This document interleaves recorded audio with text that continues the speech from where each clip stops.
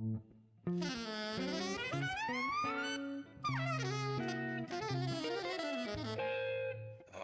Jazz.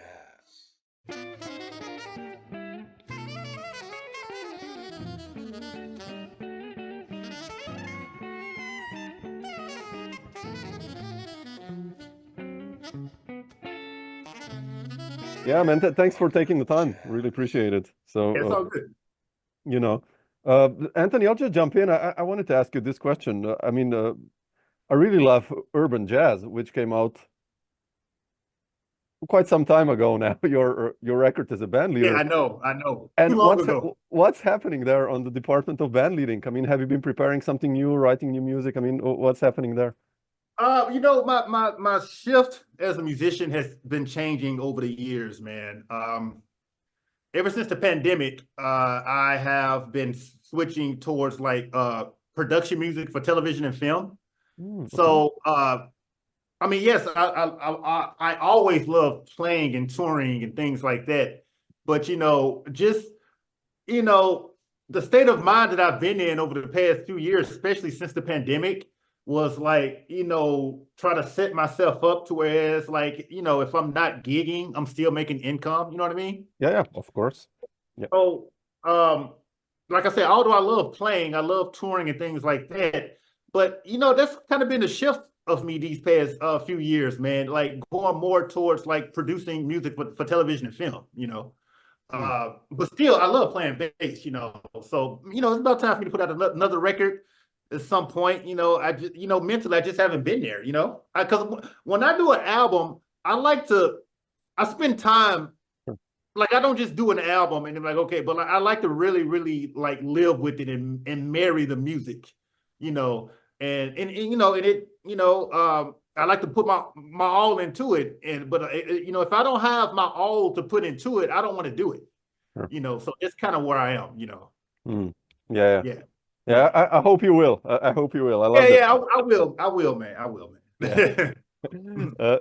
What's the challenging part about making music, let's say for movies and TV? I mean, how do you approach it usually? Like, where do you get the ideas? And Well, I work with a lot of so I work with like NBC, I work with like Netflix, I work with a lot of these big production studios, and basically what it is, they just tell me what they need. They're like, Hmm. oh yeah, we're working on such and such show. Like so for right now, I'm doing a lot of reality TV shows. So I'm doing like Real Housewives and things like that. Oh, wow. And Okay.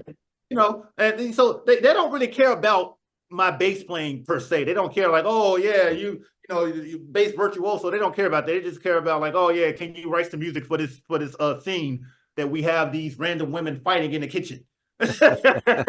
you know, uh, uh, but honestly, it's been pretty fun for me, man. Every now and then I put some bass and stuff in there, but I really, really, I enjoy that process of just creating music, man, for to visuals and film and and things like that. I enjoy that process. Yeah, yeah, Yeah. yeah. No, it's quite cool. I mean, I did some stuff for like some music documentaries, and I mean documentaries. Mhm. Of course, there is more like artistic, but it's so much fun to work with visuals. It's like Yeah. I know. it's really different. It's like a different world, Yeah. mindset and everything. Yeah. Uh, Otherwise, I wanted to ask you, like, how did you start? Your father was a drummer. Your uncle, a saxophone player. I mean, one of the best Yeah. out there. And how did you start? How did you get inspired in the beginning? I mean, how was that like in your family? I mean, I guess it was music all the time, I right? grew up in music, man. I had no choice, like as far as I can remember, I mean, ever since I was a little kid, I've always played music. I've played drums. I've always been around instruments. I've always been around musicians. I've always been around music. Yeah, it's literally a part of me. I mean, I know it's kind of cliche to say, "Oh yeah, music is inside." Music Yeah. really is a part of my life. Uh, and different styles of music. So a lot of like rock, a lot of jazz, a lot of like hip hop, soul, R&B. That stuff, stuff I grew up with. And yeah, my father was definitely a big influence. My dad is the person that uh introduced me to a lot of music. He introduced me to, like for instance, like Stanley Clark, the Chick Coreas, and then also he introduced me to bands like Metallica, Tool, Living Color, like bands like that. He introduced me to classical artists, like some world musicians I used to listen to was like this guy named Yanni. I used to listen to like so much stuff, and it was because he was around the house listening to it. So naturally, I gravitated towards it myself because he would just put on the radio sometimes, like today, like on a Saturday, he would just have the radio on playing like John Scofield or Seal or Electric Band. It would, he would just have it playing like loud, you know what I'm saying? And so I would be in the other room and I would be just taking this stuff in, at an early age, even before I even knew who these people were, So, and then as I got older, I started meeting these people and I started working with these people. When I got older, I was, Stanley Clark invited me to his house on a Thanksgiving, and I'm like having Thanksgiving dinner with Stanley Clark, this guy that I used to listen to when I was like a little kid in my room playing with my Ninja Turtle toys and my Transformers, and my dad is in the other room listening to Stanley Clark, and it would be these out of this world concerts going on in the other room, like Stanley Clark live, Stanley Clark with Electric Band with Al Di Meola and Lenny White and all these guys, and and I would be listening to this music, and when I was younger, I remember thinking like, man, this stuff is like so beyond, like it was almost like you know these artists, but only because it was before the internet, it was before YouTube. So the only relationship I had with these artists were their actual CDs. So I would go to the music stores and buy these CDs, and I would just dig through these CDs and, oh my God, let me find this Stanley Clark album. Let me find this Bit the Woon album or this whatever, Marcus Miller, blah, blah, blah. And I would it would be like,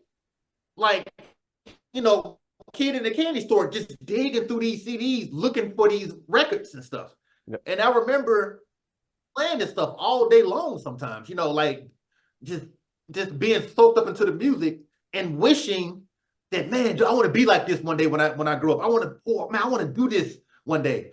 And then fast forward years later, I'm like working with these guys and playing with these guys, So that right there, I could never have foreseen that when I was a kid. When I was a kid, that was beyond my reach. But when I got older, and of course, me moving to LA and networking with these people and working with these people with Holsworth and Virgil and all these guys, I'm like, dude, I remember listening to these records when I was a kid. And now here I am learning this music and playing with these people, the music that I grew up listening to. So I don't know, man. Everybody, I would say, I'm a little privileged, man. You know what I'm saying? Because everybody can't say that, So because I'm kind of like, oh, well, I was in the right place at the right time, or I met the right person, or I just so happened to be here. That's how a lot of that stuff kind of happened for me. But first and foremost, it was because I had a love. I was a fan of the music even before I started playing this music. I was a fan of it. So that probably helped. When did you realize you want to play the bass, actually? And when was that 12. Moment? Oh, okay. I was 12 years old. I remember the exact moment, man. What was it? But it was almost by accident when I started playing the bass. So when I was around 11 years old, around 11, 12, but before then, as I was a kid, I used to always hang around my father in studios, but I always had a habit of breaking equipment. So like if we go in the studio, any knob that I see, I would just turn it. I would just crank every knob. I would just start turning it. Because I was brought up in studios, that's what I saw the engineers doing. I would just see them at the boards turning knobs. And I'm like, oh, that's how you make music. I want to make music. I want to turn knobs. So I would just start turning stuff, right? So I would be breaking equipment. So my dad would tell me, he was like, hey, when we go to the, he had to go to the studio one night, and he was like, hey, when we go there, don't touch nothing, because I had a habit of breaking things. So He told me not to touch anything. So of course, me being young, I'm gonna be disobedient. I'm gonna do what I want to do. So I saw a bass in the corner, and I wasn't supposed to touch it, but I saw the bass in the corner from some band that was there previously. I just picked it up and I just started playing it when I was like 12 years old. Wow. And then as I was playing it, I was like, dude, I want to play this. Like, I really want to be a bass player. Like, I fell in love with the bass right then and there. So that night, I called my mom on the phone and I was like, hey, can you buy me a bass for Christmas? I want a bass, blah, blah, blah. And then so my dad and my mom, they kind of got me a bass and the amp and all that stuff. And then that's how I learned. I just started playing in my bedroom and practicing, Wow. you know?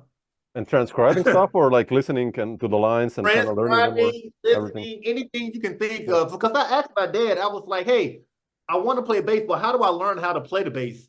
And he was like, well, just listen to other people, take what you like from them and just play it your way, and that's all he told me.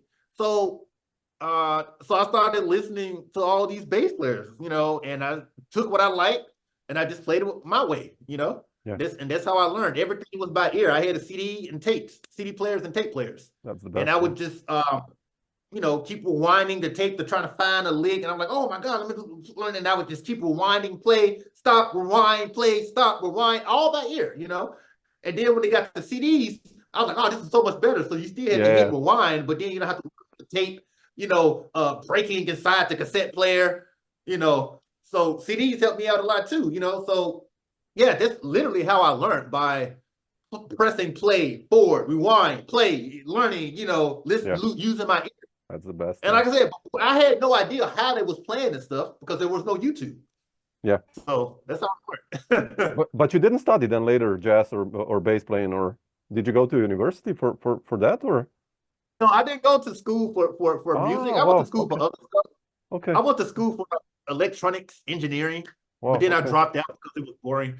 So, but weirdly enough, I did not go to school for music, but I've taught colleges for music though. Wow. You're basically self-taught. I mean, that's. Yeah, self-taught. Yeah. Wow, man. Okay. Yeah. So I've been invited over the years to teach at like MI, a lot of other colleges, a lot of clinics and things like that. Just kind of give my personal experience, and help kids and help people who wants to learn. So yeah, but that's the best way to learn. Yeah, I think just to.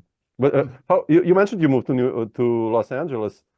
Why Los Angeles? Why let's say not New York? I mean, how did you base the decision to go to LA? I don't know, man. It was just, I almost moved to New York. I was going to move to New York, but I was just like, let me just try LA. Let me just try it, So was it hard in the beginning? I mean, when you moved, like, was it hard in the beginning? Like, who were the first connections you made? Yeah, it wasn't easy at all. When I first moved to LA, I woke up New Year's Day, 2008, January the 1st, and I packed up everything in my car and I just drove to LA. Okay. On New Year's Day. It took me 2 days to get out in LA, and then as soon as I got to LA, I went to a jam session.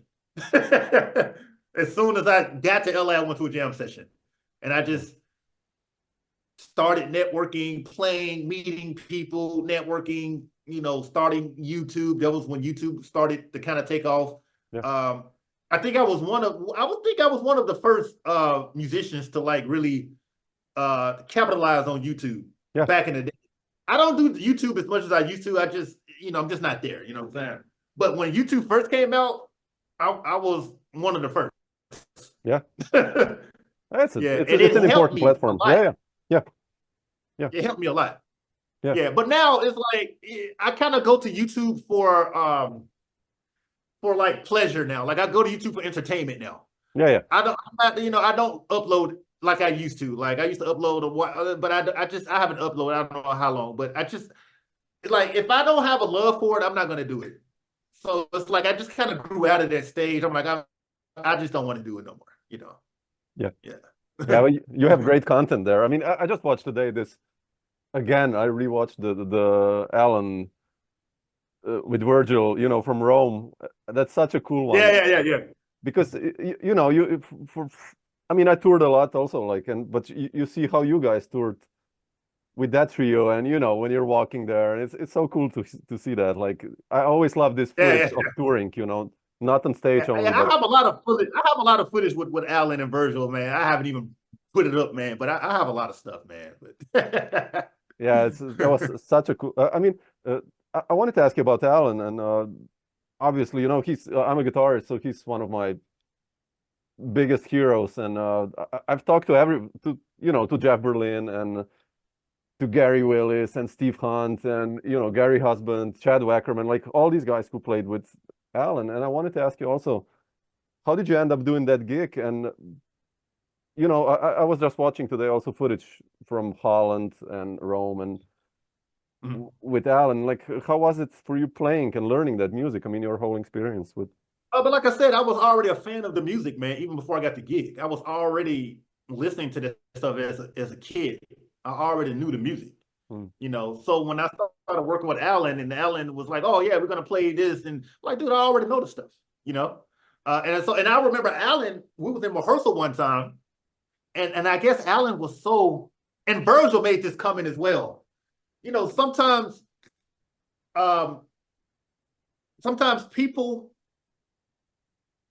like, from my experience, it's like you pay attention to sometimes the small things that people say.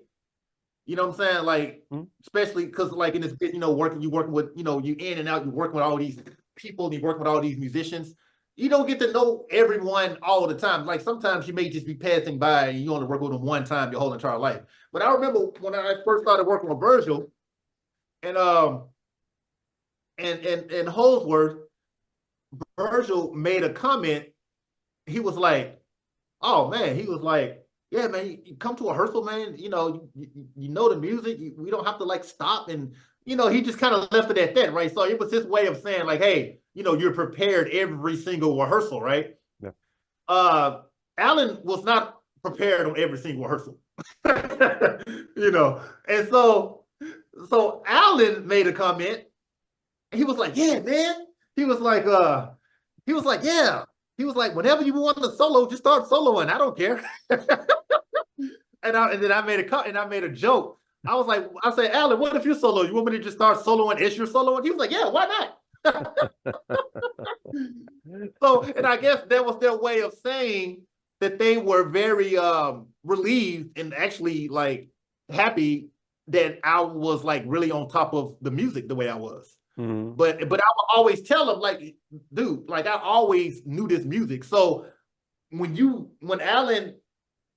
we did like the tours and Alan would call out the songs, I just instantly go back to my childhood. I'm like, "Oh yeah, I remember listening to this, learning this shit." You know what I'm saying? So it was easy for me because I was genuinely a fan of it, Yeah. Yeah. Yeah. How was it like on the road with you guys? I mean, playing that music. Did you talk about, you and Virgil, especially the rhythm section, what to do? Because I think you and Virgil was, I think the most advanced, I'll put it carefully like that, but rhythm section, if you know what I mean, you both guys are really digging into odd meters and polyrhythm. Yeah. But that's the thing. Every rhythm section that Holsworth used, it made his music sound different. Yeah. So of course his my favorite rhythm section of Holsworth was Jimmy Johnson and Vinny. Vinny, yeah. And Steve Hunt. Yeah, that's Monster. The Secrets album. Yeah. That personally was my favorite rhythm section. Yes, Chad Rackerman was like been with him for forever, but I don't know, man. It was just something about Jimmy and Yeah, Vinny's crazy. Yeah, Vinny. Yeah. It was just their chemistry. Yeah. But it's not saying that one is better than the other. It just sounded different. Absolutely. But that right there was my personal preference. And of course, me and Virgil, because I'm coming from more of a rockier, like, okay, so I'm coming more of a progressive rock, jazz type of interpretation of his music, right? Virgil is the same thing. He's progressive a little bit, but then he still has the jazz influence, but then he's kind of like rock too. You know what I'm saying? So it's like we're playing the same music that the other, but it sounds different though, because it's our own interpretations of it. Yeah. So that being said, that's what Alan wanted. Alan did not want me to sound like Jimmy Johnson. He did not want me to sound like Jimmy Haslip. He did not want me to sound like Gary Willis. He wanted me to play his music the way that I heard it. You know, same thing with Virgil. He didn't want Virgil to sound like Vinny. He didn't want Virgil to sound like Chad Wackerman. He didn't, you know what I'm saying? Yeah. He wanted his music to be interpreted the way the musicians interpreted the music. Yep.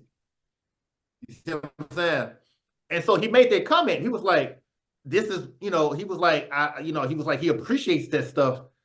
So I guess he found like an enjoyment of, oh, I didn't know my song could sound like this. I like this, whatever, you know what I'm saying? Yeah. And so that's what it was. So a lot of times on stage, we would just be having fun on stage, like just doing all kinds of crazy stuff that we probably didn't even rehearse, you know? But Alan, he liked the challenges. He liked the different interpretations of his music. He liked that stuff. Yeah. And that's what he wanted.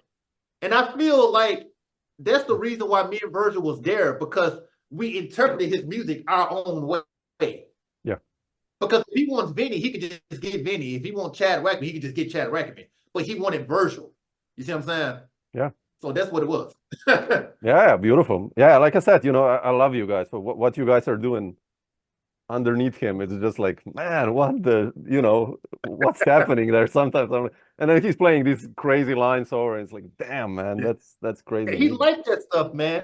Yeah. Like, and I remember us getting off stage sometime, and I remember we were in, oh my God, where were we? We were, I think in Poland, I believe. Yeah, we were in Poland. And I remember us getting off stage, and Alan was so, like, he was crying, right? Because he felt like he didn't do his best. Like, he was apologizing to me too. He's like, Anthony, I'm so sorry, man. He was like, dude, that one measure on that one particular song that I literally forgot about. He was like, dude, I'm so sorry I didn't hit that with you. Or like, whatever, you know what I'm saying? Like, although he was definitely, you know, he's a virtuoso guitarist, the thing I really appreciated about Alan was that when he played with a band, he wanted to be a part of the band. Like, it wasn't like, oh, I'm Alan Holdsworth and it's all about me. Like, no, he wanted everyone to be a part of the situation. So, like, if he felt like that he wasn't keeping up, he would tell me. He was like, dude, I just, you know, I'm sorry I wasn't on this, or like, he would literally come apologize to me. And then I remember telling him, I'm like, Alan, you ain't got to apologize. I'm like, dude, like, we just having fun. He was like, yo, man, but, you know, he would take it a little bit more personal, because I guess it's, you know, it's him, it's his music, and here I am playing all this shit, and he's not keeping up, or whatever the case. I don't know what was going on through his head.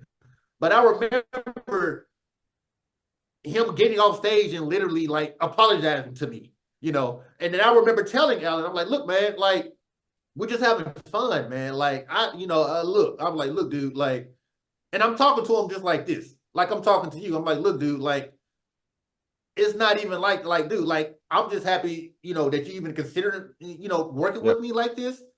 But, dude, like, you know, it's not that serious. You know what I'm saying? But in him, it is serious. It was serious, because it's like, you know, I'm playing my music. This is what he get enjoyment from. He takes it seriously, you know. And then it's like, if he felt like that he wasn't like 100%, he could have been literally a 90%.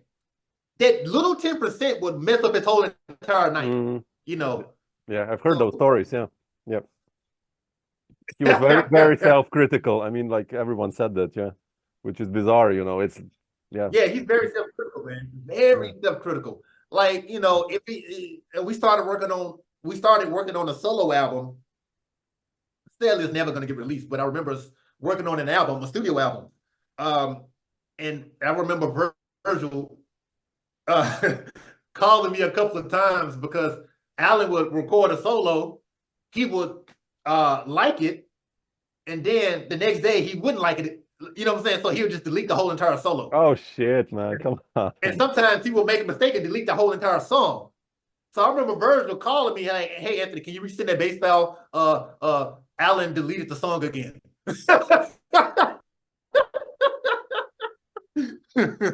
Man.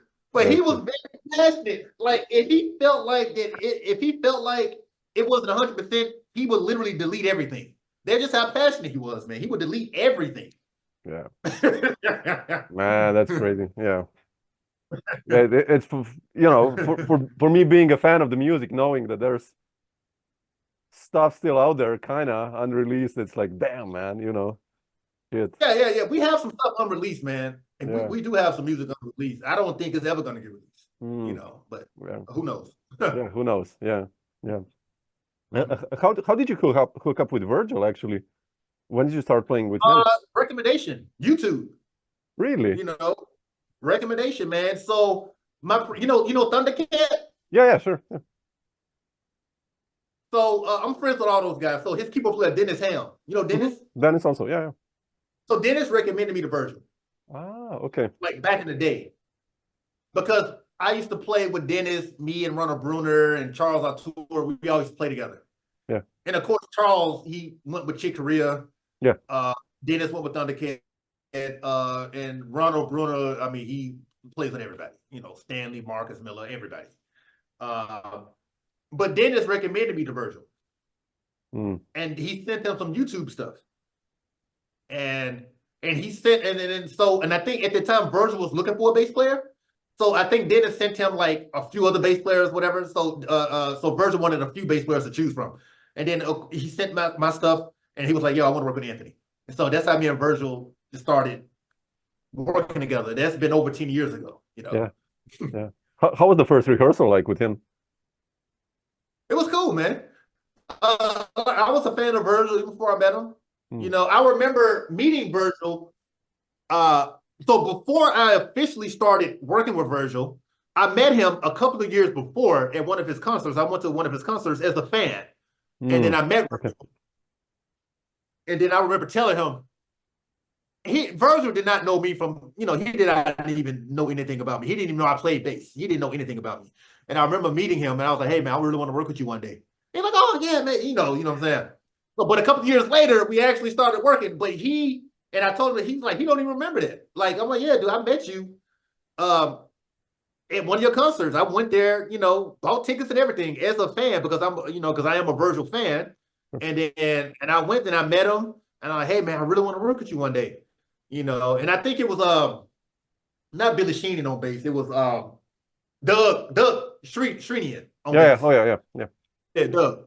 Another crazy bass you probably need to talk to sometime. Yeah. So it was him and Doug. Oh my God, they were just going at it, man. They were just like all this stuff, man. I was like, wow, man. And I was so mesmerized by it. And then I just walked up to him after the show, like, dude, I really want to work with you, man. And like maybe like a year or so later, we actually started working together. Yeah. Did you talk a lot with him, as a drummer and bassist, like, especially when I listen to you guys playing odd meters and, he's doing all this crazy stuff, like, nestling stuff in and, polyrhythm. So I watched this like 13/6/16 groove jam that you posted on your, and there's like crazy shit going on in there. Like, how did you as a bass player learn to play so comfortably in those odd meters, and especially working with him? Like, did you guys talk? Because I'm telling you, I've been playing this stuff. Yeah, but like the odd meters especially. I mean, yeah, but the thing about odd meter, okay, the thing about odd meter, I've been playing this stuff forever, man. You know what I'm saying? I grew up with that music because, like I said, thanks to my dad, he brought me up on this stuff as a kid. So as a kid, although I was not physically playing it, I remember listening to it.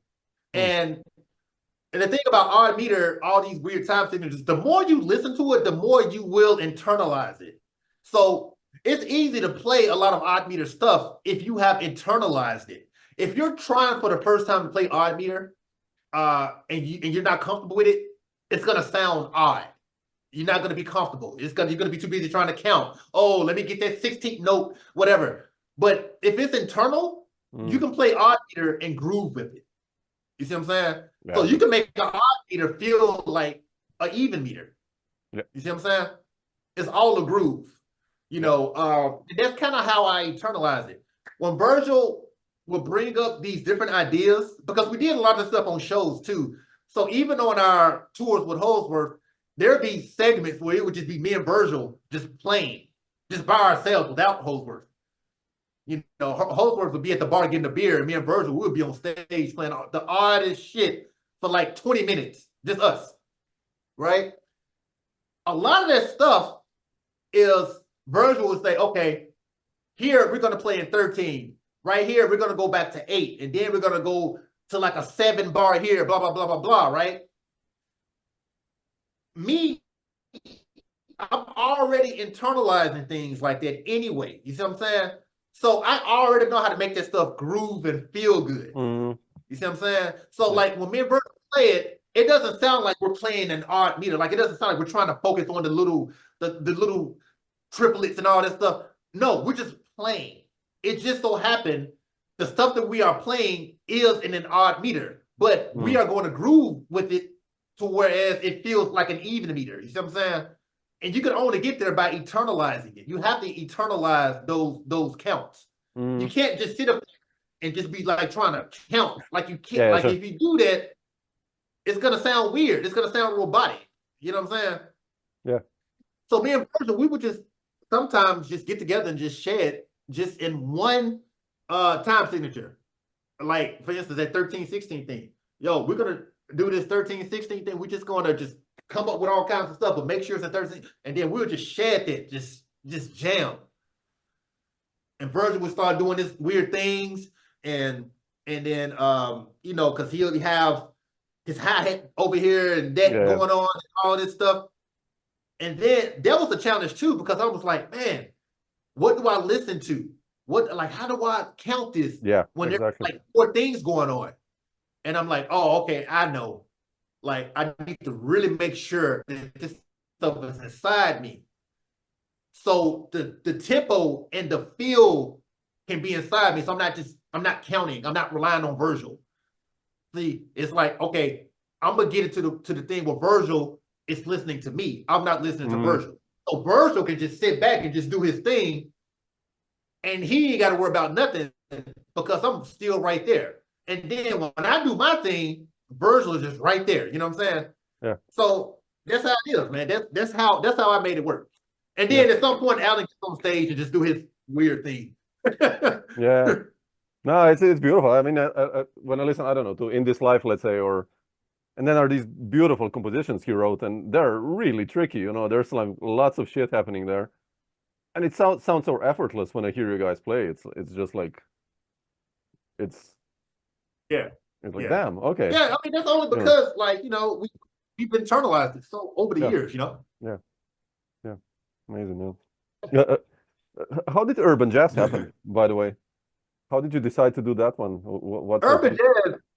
Yeah, urban jazz was a concept I came up with because I was always into jazz and I was always into like, you know, urban music like hip hop and rap and things like that. And I've always thought, how would it be to just fuse the stuff together, man?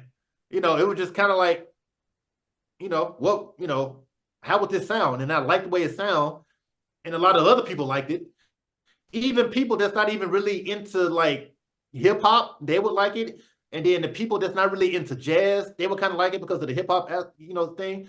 And it was just a concept I just came up with, man. You know, and I'm like, oh yeah, and I like it, man. You know, I'm like, you know, so now that's kind of like a common thing. Now I think urban jazz is literally like an actual genre nowadays. Man. Yeah. Like, yeah, but when I did it, urban jazz was not a genre. It was something I just came up with. So I don't know, like, you know, maybe I started something, maybe not. I don't know, but you know. Did you do gigs with that project also? Like, yeah. I did a few gigs with it.